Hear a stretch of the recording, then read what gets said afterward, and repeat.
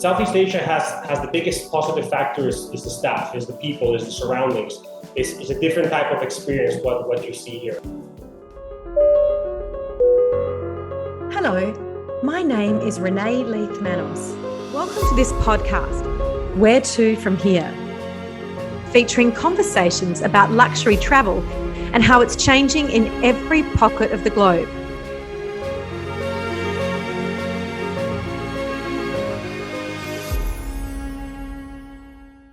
So today we're going to one of my favourite countries in Southeast Asia, and that is Thailand. But we're going to a place that I've never been before. It's called Chiang Mai, and it's rated as the #1 place for visitors to Thailand who've never been before.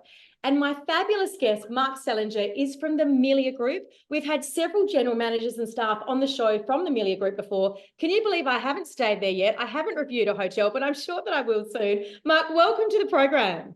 Thank you very much, Renae. How are you? Fantastic. And look, I'm really excited to hear all about Chiang Mai. So why is Chiang Mai rated as the most important place for new visitors to Thailand to go? It's a fantastic city. It's a small city in the north of Thailand. It's 1 hour away by plane from Bangkok, the main hub of the country and the region. And it has it all. It's a small city. It has great food. It has great people. It has great attractions. It's a great combination of things to do, things to visit, and also a very relaxed and calm place to be for just a few days and really enjoy yourself here. And Thailand is one of the top 3 places to visit in Southeast Asia right now. How much has it changed in recent years, and why do you think it's deserving of those accolades? It's changed quite a bit, actually. I mean, Thailand was one of the first countries which really tried to open up during COVID, and we have really seen this growth over the past 2-3 years. We've had the Chinese market coming back, South Koreans coming back.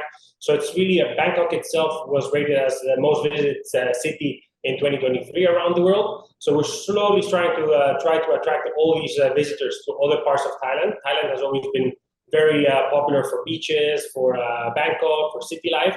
And we're trying to get those people who've probably visited Bangkok or other parts of Thailand before to also come to Chiang Mai. It really offers a fantastic opportunity, and we're hoping to get everybody to come to Chiang Mai. What are the top 3 things to do there? Well, you can do a combination of historical sites, you can visit temples, you can really do outdoor activities. It's also very, very famous for the food, for the drinks, for the coffee. So it really suits everybody. Whoever wants to come, there's always something to do for Chiang Mai. Plus, it's really a smaller city, so it's really everything is close by, everything is connected. It's really easy to just wander around, walk for 10, 15 minutes. You're almost crossing the city, but at the same time, it doesn't have this sensation that the town is too small. It really has different areas, north, south. You can really wander up into the mountains, and it really you can be here for months and not do the same day after day. So it really offers many, many things to do. And how long has the Melia property been there? It's fairly new, isn't it? It is fairly new. It was opened April 2022. It was a renovation of an older hotel, and it's one of the projects of Asset World Corporation, which is our owning brand. And it's just been here over 1.5 years. We're turning 2 next April. And tell me about Melia. This is a Spanish resort company, I know, and it's the biggest one in the world, and you're just popping up everywhere. So what is the vision? And it's really intriguing for someone from Australia to, the concept that one of the biggest resort companies in the world is from Spain, because you've got so many beautiful, beaches, islands, idyllic locations. Why would anyone want to leave Spain? Absolutely, that is definitely a thing. It was, the brand itself was founded over 60 years ago in the island of Palma de Mallorca, which is one of the islands off the coast of Spain. And it started in the 60s, 70s, where really the tourism started to grow in Spain, especially the beach destinations. And only after 20, 25 years, late 80s, beginning of the 90s, it really expanded internationally. And it first went, as you say, as a big resort company, where the majority of these big resort hotels are either in the Caribbean and around that area. And they're slowly starting to expand to Asia. Asia is still a fantastic market. There's still a lot of opportunity in these countries. And as you say, quite a big presence, especially Vietnam is our biggest hub in the region at the moment, with plenty of hotels, but there's more and more hotels growing. Last year, they signed 26 new hotels worldwide, and they opened 12 hotels around the world. Hang on, how many was that? 26 plus 12? Is that 26 properties signed last year, new hotels coming up in the next few years, and 12 hotel openings last year. And I believe the same plan for the next few years as well. So why such rapid growth, do you think? How do you fathom that? I think there's many countries at the moment around the world. So you just pick a few, put some hotels there, and there's really a growth opportunity. I mean, Southeast Asia, it started, if I'm not mistaken, 1988 in Indonesia, in Bali. That was the first Melia brand in Southeast Asia. And it took a while to have another one, but then it started growing, especially quite a lot over the past 5-6 years. So I think that's what the brand is hoping for, a bigger expansion around Southeast Asia as well. And how do you compare luxury hotels in Southeast Asia to Europe? Southeast Asia has the biggest positive factor is the staff, is the people, is the surroundings. It's a different type of experience what you see here. Spain, as you say, is an extremely popular destination. It's one of the top 3 countries in the world receiving tourism. But when you come to Southeast Asia, when you come to Thailand, you feel the warmth of the people, you feel the different attraction. And I think that's definitely why there's so many luxury hotels popping up in these countries. And talk us through the Melia in Chiang Mai. I believe it has the highest rooftop bar in the whole of Chiang Mai. We do have a fantastic 360-degree view sky bar. It covers the entire city.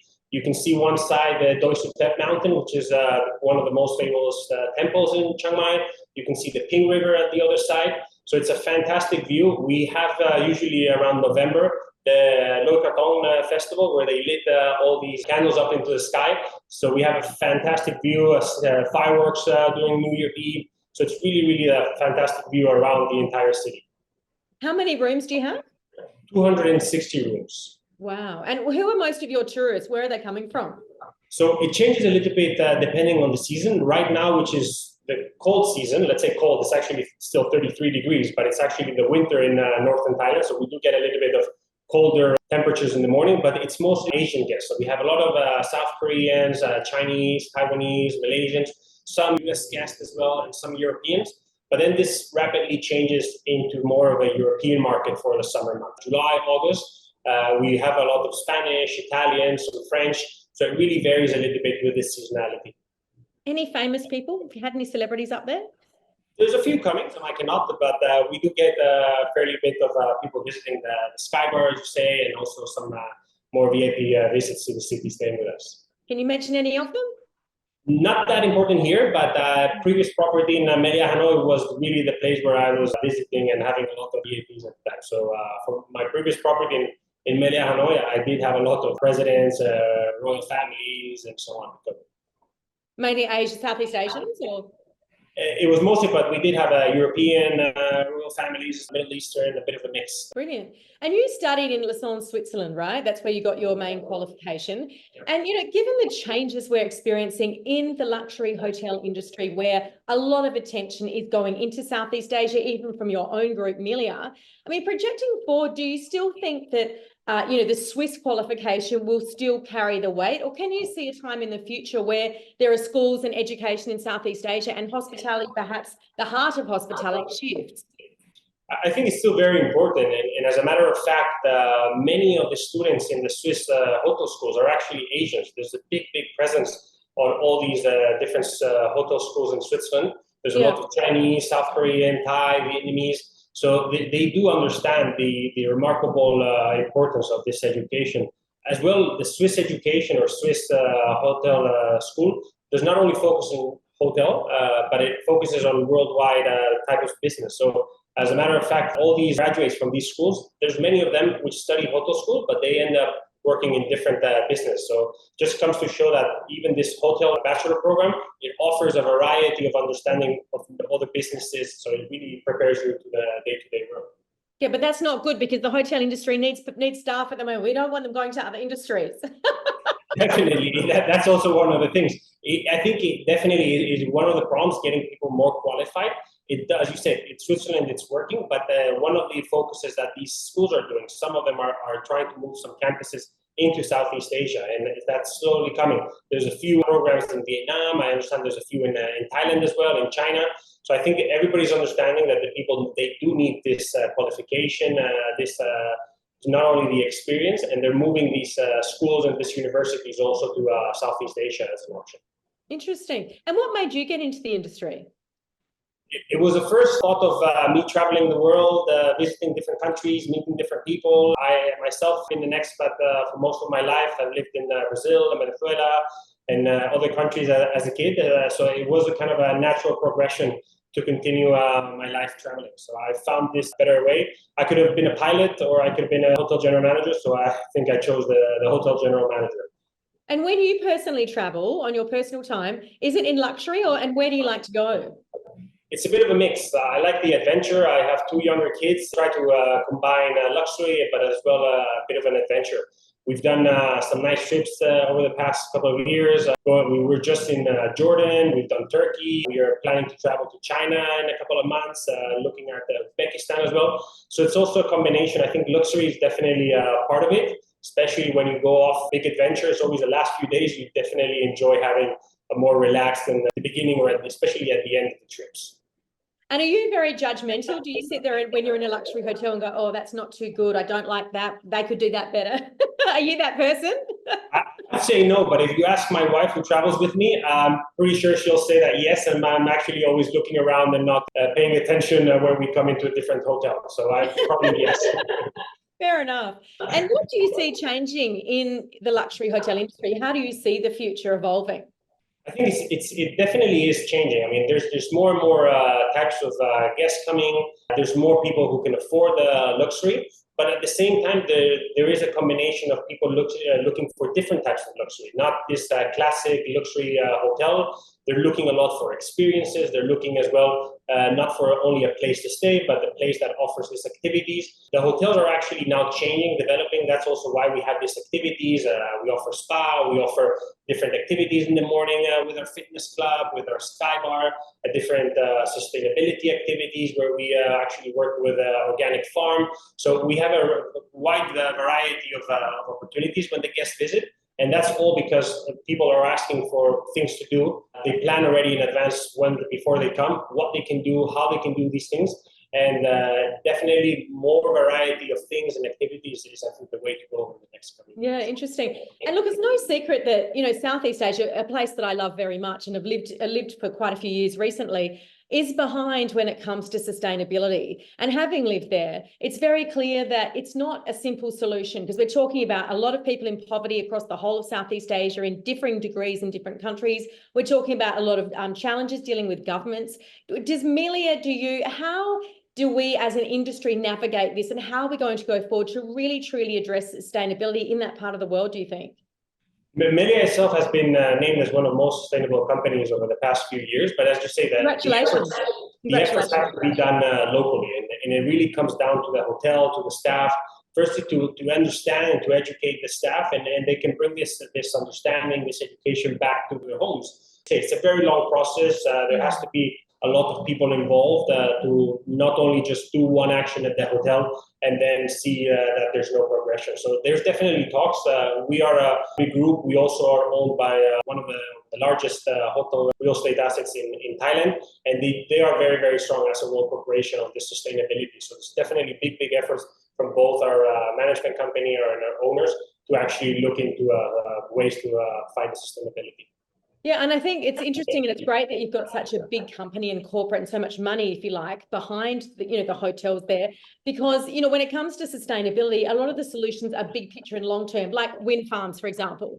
And a number of hotels can save drastically on their power, but it's not in the short term, right? Because you have to invest up front. So hopefully, because I know I've lived in Indonesia and it's heartbreaking in some ways, places like Lombok, even Bali, there really needs to be some intervention to really change things, not just for hotels, frankly, for everyone, Absolutely. I mean, at the end, it's not only the hotel. At the end, what we're trying to send is a positive message for the community, for them to understand what needs to be done and what's the best way. But the most important thing and the key thing is really understand the needs of the community. We cannot just come and impose what the big brand would do or what the big corporation would do, because that's the aim to fail. Definitely, the only way for things to work is to really understand what the local community is needing and how we can work and make a really positive change. Yeah, no, absolutely. But yeah, look, I'm really hoping to come and see you because I was in Bangkok end of last year and I was just stunned at the level of luxury hotels and also the level and the quality of food in, restaurants, global food. I'm talking about international quality. It was incredible. So many international brands have come there. And I think Bangkok is giving Singapore a nudge, in terms of being a world leader in that part of the world in food and luxury hotels. Yeah, absolutely. I think Bangkok is really being discovered at the moment. There's big brands coming in, new hotels. They used to have always very luxury hotels, but the restaurant scene was always a bit left behind in Bangkok, and that's really changing and transforming over the past few years. And hopefully it is now expanding to other regions in North Thailand, Southern Thailand as well. So. But Marc, before you go, we ask everyone on the show where to from here. And it can be what you're about to do today or your next holiday or something to do with the hotel. So where to from here for you? Well, right now, just going around the hotel, just checking everything is still working and as it should. And next couple of months, as I mentioned, some travels, China, hopefully Uzbekistan in the summer. And from there on, who knows? Is this your first time into China for many years since it reopened? It is from the opening. I've been there a few times before. It's a very interesting country, and we do have a lot of Chinese guests. So also looking to travel again back to China and see how the country has changed in the past 5-6 years. I hear they have extraordinary luxury there. Yes, they do. Well, enjoy your travels. Thank you very much. To meet you, and good luck for this year. And hopefully we get to meet in person at some stage soon. Fantastic. You're always welcome to Melia Chiang Mai. Please let us know. Thank you so much, Marc. Thank you very much. Thank you for your time. Thank you very much. Take care. Thank you. Bye-bye. Bye now. Don't forget to subscribe here and follow us on Instagram and Facebook for regular travel updates. You can also hear our episodes on Spotify and Apple Podcasts.